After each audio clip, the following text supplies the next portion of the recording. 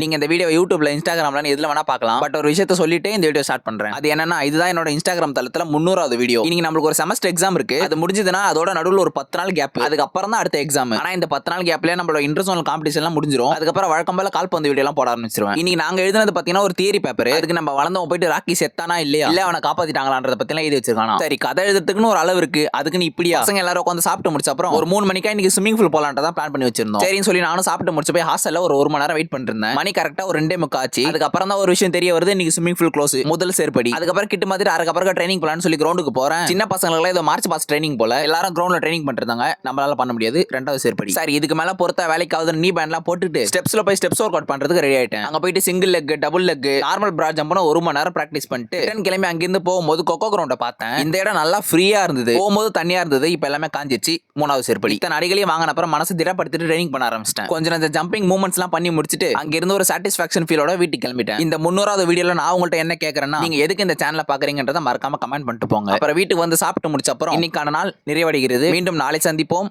அதுவரை தொடர்பில் இருக்கவும்.